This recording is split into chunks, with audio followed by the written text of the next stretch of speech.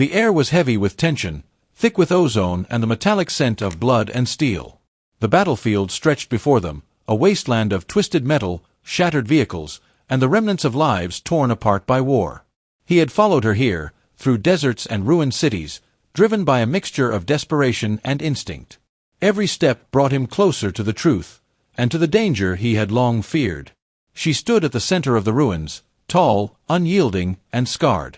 Her whip, coiled at her side, carried the marks of her past victories, and the faint, glimmering scars along her arms told a story of cruelty endured and inflicted. He had heard tales of her ruthlessness, of the queen she had served, of the devastation she left in her wake. And yet, she was here, alive, and more dangerous than ever.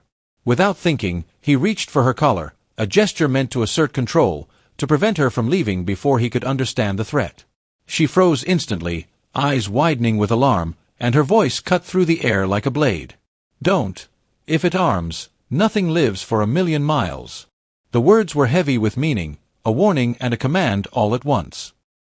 He hesitated, hand trembling slightly over the edge of her armor, realizing that the danger she carried was far greater than he had anticipated. This was not merely a woman wielding a whip. This was a force capable of obliterating anything in its path, a weapon forged from both skill and vengeance. He stepped back slowly, bowing his head in acknowledgment of the threat. "I didn't know," he said quietly. I thought I could help. I never meant." Her eyes softened, just a fraction, though the tension in her posture remained. Intentions mean nothing when the consequences are death. You survived her once, yet you underestimate the danger you walk toward.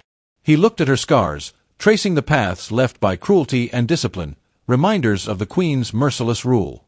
Her whip had left marks across countless bodies, yet she had endured, adapted, and survived. He had endured her Queen's cruelty, and somehow he had remained alive when others perished. The thought filled him with a mix of pride and dread. "I am not afraid," he said. "I have survived the impossible before. I will survive this too." She studied him, eyes flicking over his wounds and scars, his posture and expression, weighing the truth in his words. "Few humans endure what you have endured. Most die before they even understand the magnitude of the danger. You are remarkable and foolish." "I've walked through death before," he replied. "I've carried loss, pain, and fear, yet I am still here. That counts for something, doesn't it?" Her whip twitched subtly, a silent reminder of the power she commanded and the danger it posed. "It counts for nothing if arrogance blinds you. You survived her cruelty, yes, but surviving me is another matter entirely." The ruins around them seemed to hold their breath, the wind stirring dust and debris across the battlefield. Shadows moved as if alive, echoing the remnants of past wars and the countless lives extinguished by the Queen's reign. He knew the stakes, understood the peril, yet he could not turn away. He had faced death before, and he would face it again if it meant uncovering the truth, confronting the danger, and understanding the force she represented. "Then teach me," he said. "I am not asking for mercy, only knowledge. Only a chance to survive." She considered him for a long moment, the whip coiling and uncoiling like a serpent ready to strike. "Knowledge has a price," she said finally. "You pay with awareness, vigilance, and the understanding that even your best efforts may fail. And sometimes, that price is blood." He nodded. "I've paid before. I can pay again. But I will not leave. I will not falter." The storm above them shifted, clouds swirling with sudden intensity, lightning splitting the sky in jagged brilliance. Her whip glinted with the reflection of the flashes, and he realized that her warnings were not idle threats. She carried a weapon capable of annihilation, and her skill in using it was unparalleled. Yet beneath the danger, he sensed a flicker of something else, an unspoken respect for endurance, for survival, for courage in the face of overwhelming odds. "Very well," she said, voice low, controlled, and commanding. "But remember this, even if you survive, nothing is guaranteed. Every step you take is measured, every move observed. One misstep, and death follows in silence." He steeled himself, gripping his weapon and taking a breath that carried all the weight of his past, all the scars, and all the memories of those who had fallen. The Queen's cruelty had forged him, her whip had left marks, and the trials he had endured had prepared him for this moment. He would survive again, not because of luck, not because of chance, but because survival was in his nature, and the human spirit refused to yield. As they moved forward through the ruins together, a fragile alliance formed between them, built not on trust, but on mutual recognition of skill, danger, and resilience. The battlefield around them seemed almost alive, echoing their movements, whispering warnings, and recalling the devastation wrought by the Queen's reign. Every step was deliberate, measured, and heavy with meaning, yet neither faltered.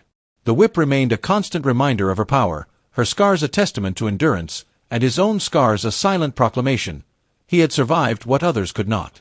The journey ahead would be long, perilous, and marked by challenges that would test every limit, yet he was ready. In the distance, the horizon glowed faintly with the promise of dawn. The storm above continued to churn, reflecting the tension, danger, and unspoken trials that awaited them. He understood that survival was never guaranteed, that the whip, the scars, and the Queen's shadow would always be part of him.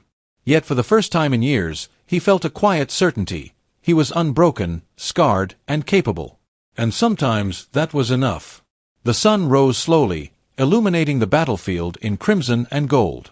She glanced at him, a faint acknowledgment in her eyes. "You are alive," she said simply. "Against all odds, you are alive." "And I will remain so," he replied. "Not because I am invincible, but because survival is in my blood. Because I endure, because I fight, because I refuse to let cruelty claim me." The whip twitched again, a reminder of danger yet unspoken. He knew it would always be there, that her power, skill, and ruthlessness were inescapable. And yet, he had faced worse and lived. The Queen's whip had left scars across countless bodies, but he was the only one who had survived her, and he would survive again. Together, they continued through the ruins, each step a testament to resilience, courage, and the unyielding spirit of humanity. The battlefield would remember them, not merely as survivors, but as legends forged in pain, endurance, and the shadow of cruelty that could not break them. The whip had left scars, the Queen's cruelty had left its mark, but he had survived. And survival, he realized, was not the end, it was only the beginning.